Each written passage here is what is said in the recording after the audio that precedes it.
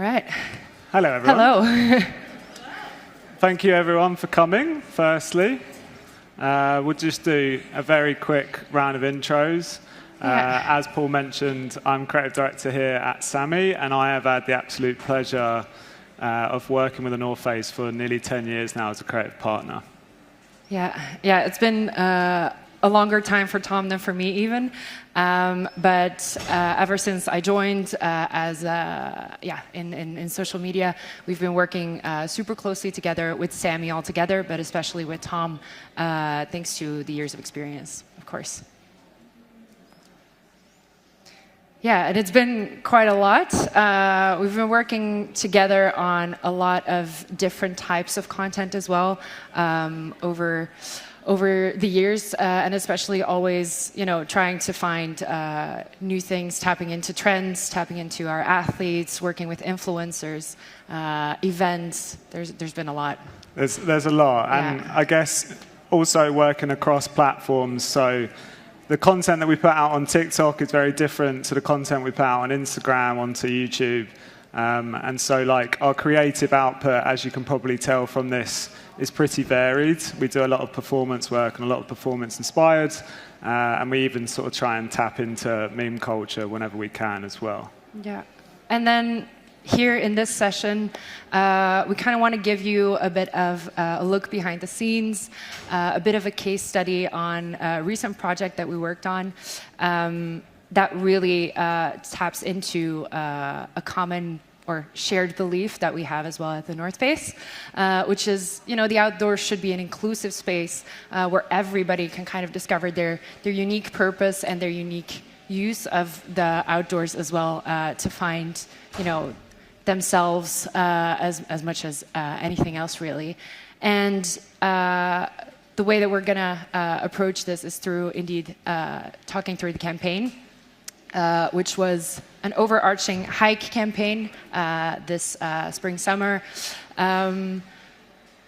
really tapping into that line, that connection, there is this unique purpose that each person has when they go to the outdoors. Are they looking for connection or disconnect, or are they really just looking to find inspiration out there? And this one really explores it all, and it's really interesting to bring it back to this one phrase that it really never is just a hike. It's always something more for each individual.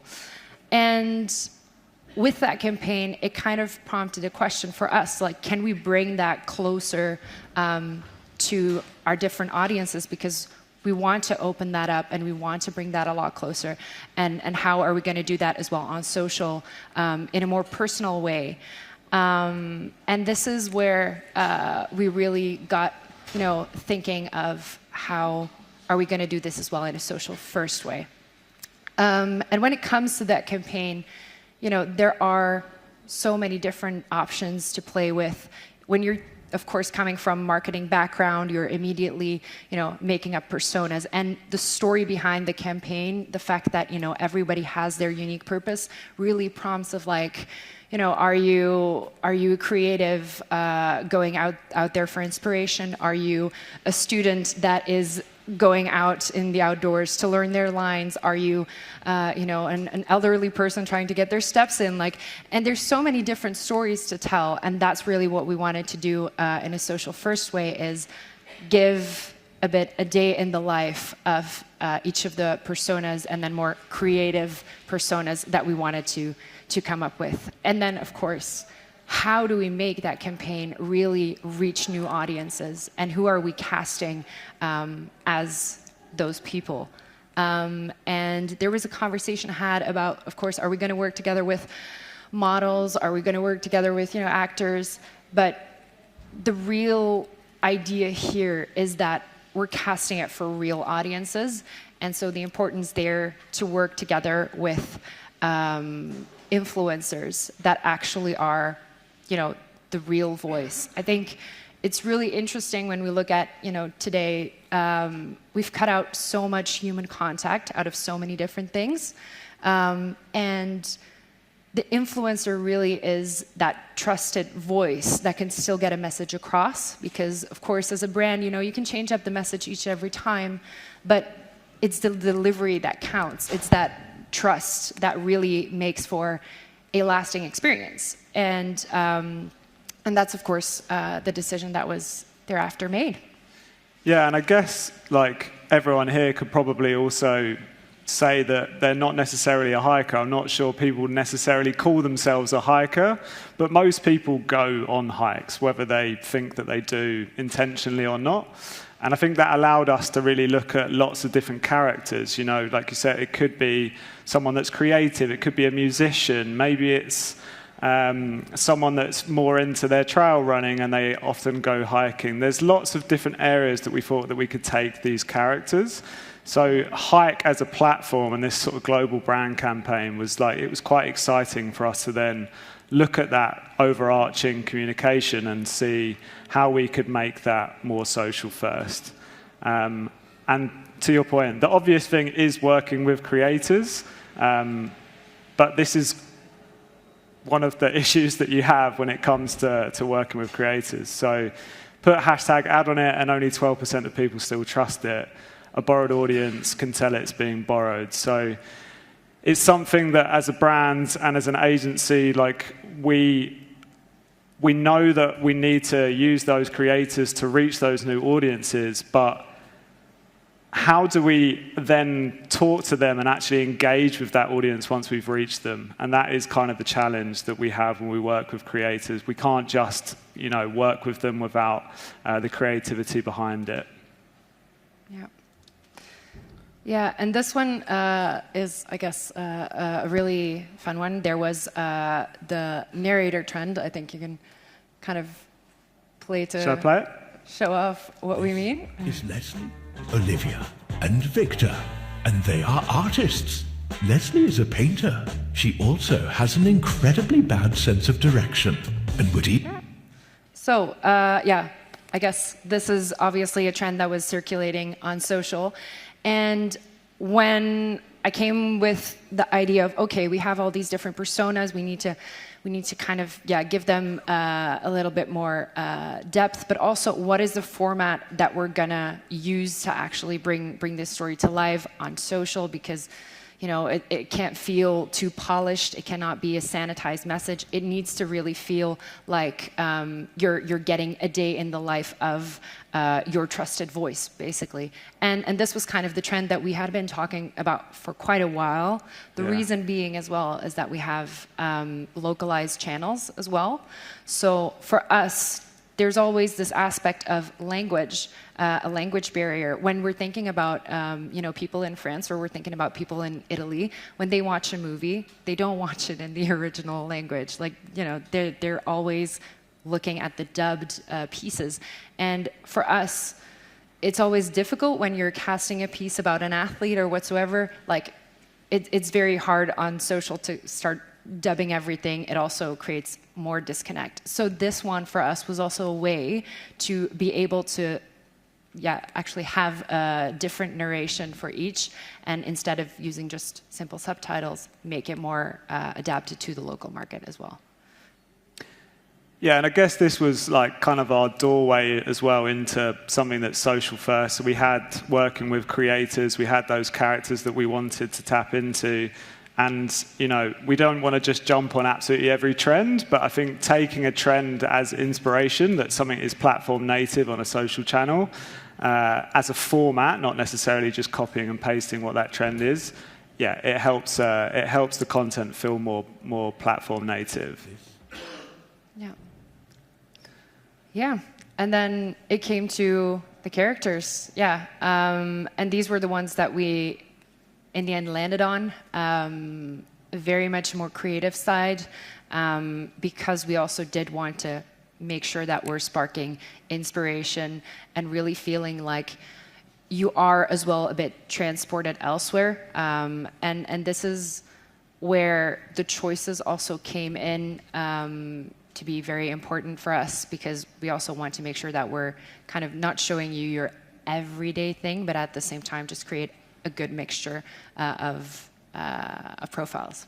And I think for us as a brand as well, I mean, obviously we talk to hikers, we talk to trail runners, we talk to snowboarders, skiers as our general audience, but we, again, wanted to reach people that are a little bit further out of our orbit, that maybe aren't already following us, aren't already like connecting with the kind of content that we put out there as a brand. And so these felt somewhat relevant and in our orbit, but not, you know, too further afield that it felt strange for the brand to work with these types of characters. Yeah, exactly. The next step there is also then setting the direction. So we had the main brand campaign, the global brand campaign, which is never just a hike. We had the format of the narrator trend that we liked. And then as a creative team, we really wanted to try and push this somewhere new. We didn't want to just copy and paste the trend, shoot it low budget, and put it out there quick and easy. We wanted to try and find something that we could kind of bring this into a new space. And we looked at lots of different creative examples and different directions that we could take it in. And this reference I'm going to play is it's a 2002 television show from BBC called Look Around You, and it's a surreal kind of parody of 1970s educational television programs.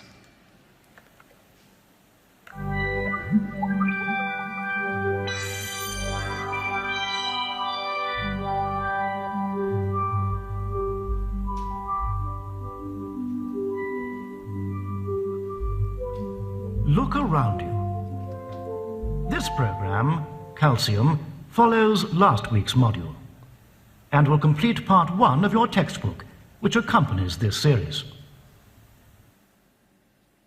So a bit of a strange reference, but for us, the kind of deadpan tone, the comedy aspect of this program, that it was delivered very seriously. And this kind of ambient, meditative, slower pace is something that we really wanted to explore to kind of go further away from some of the fast-paced content that you have on social.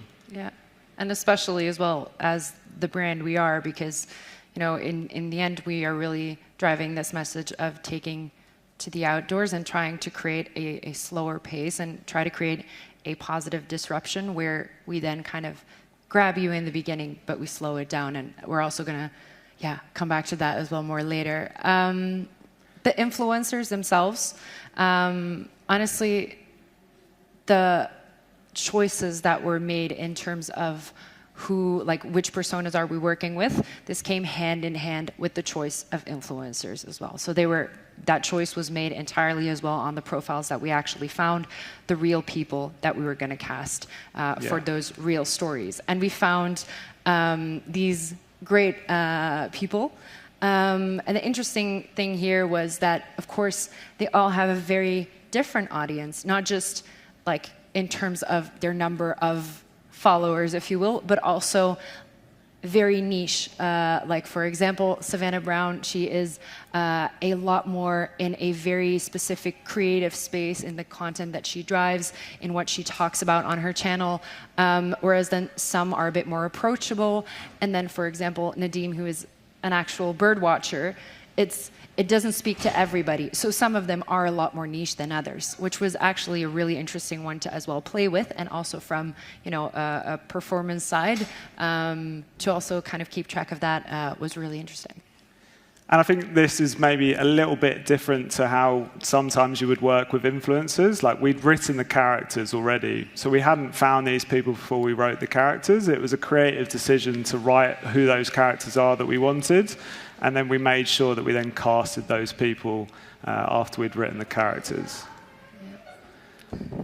After that, we then wrote the script. So I think, again, taking inspiration from that narrator trend, also the kind of deadpan tone of Look Around You, we then wrote out these scripts. And for us, like, it was a matter of writing these scripts as characters, and then once we'd picked the influencers themselves, we then fine-tuned these scripts to make sure that they were personal to them.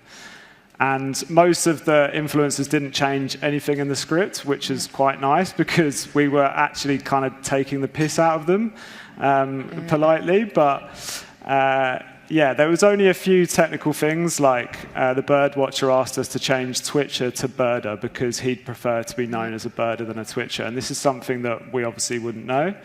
But that's also a really good one, because that was obviously like, you're casting it for this real audience. It needs to be real for them. Like, obviously, we're not the experts in birds, but you know, he's also there to tell us, like, okay, great, you know your audience. This is what that means. Okay, let's change it. Let's make sure that it's really, you know, relevant. And I think one word that I'm going to call out of the people that we work together with is the last one, bike packer Luke. Is Luke from SAMY. Luke works at SAMY, and he was actually the one to write the majority of the scripts, actually. And we actually fell short in the end, our actual influencer that we casted for the bike packer. But the interesting thing there as well is Luke inspired that one on himself.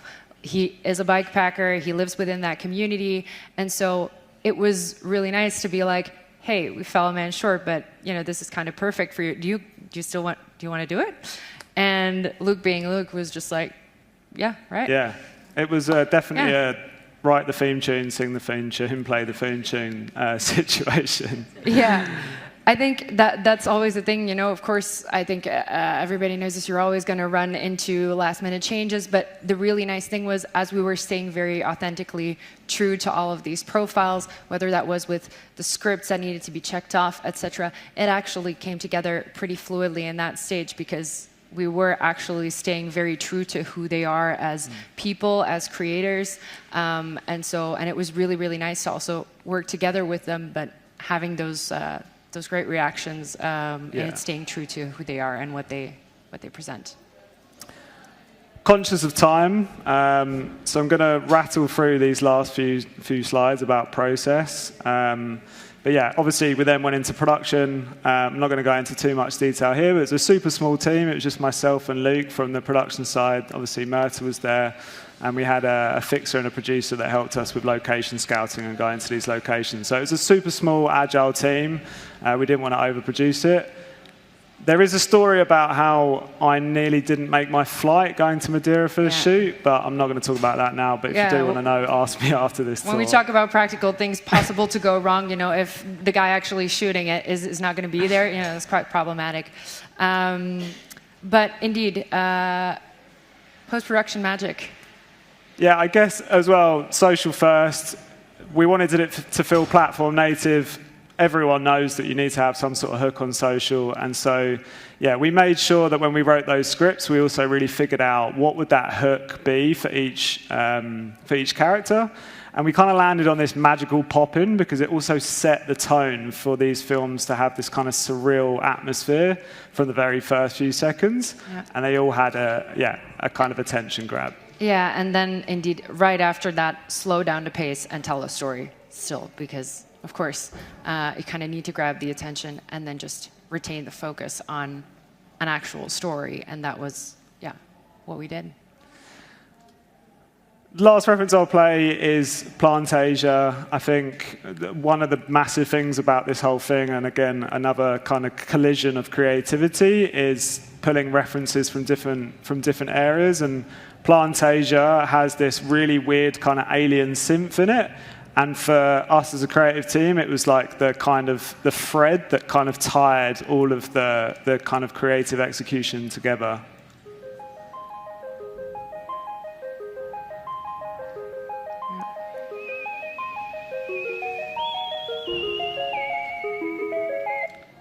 Cool.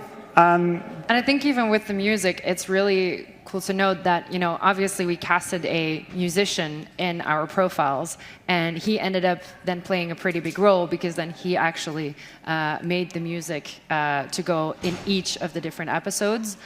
So we were really looking to be super efficient there. But honestly, he was also at the same time the perfect guy to actually do the job. So that's where he kind of. It was a real treat to have him compose an original track and do all the sound design, which definitely brought these to life. Yep. So this is where we landed after that process. This is Savannah. She's a poet. Her thing is the small stuff. A leaf, the moss on a tree, that sort of thing. Inspiration can come from anywhere. She's been staring at that lizard for about 10 minutes. When she can't find the words, she consults the mushrooms. She needs to be alone with the rocks now. We'll leave her to it.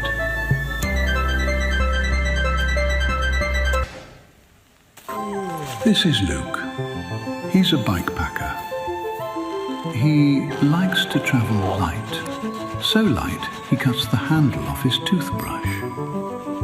His coffee routine, on the other hand, non-negotiable. He likes to ride really far. On-road, off-road, downhill, uphill.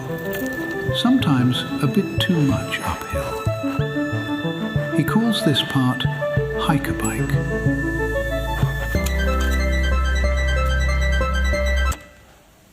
This is Sophie.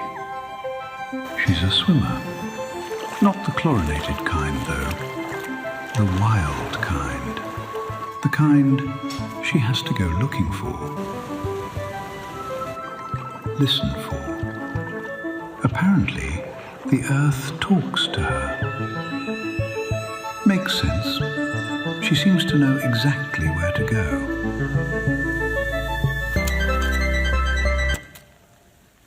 Yeah, obviously there were two more, but I think you definitely get the final product. I think what was really fun as well to play with is that we make sure that we, in the middle of each one, also try to break down the fourth wall by connecting with the viewer, whether that is through eye contact or a little, let's say, head nod, whatnot.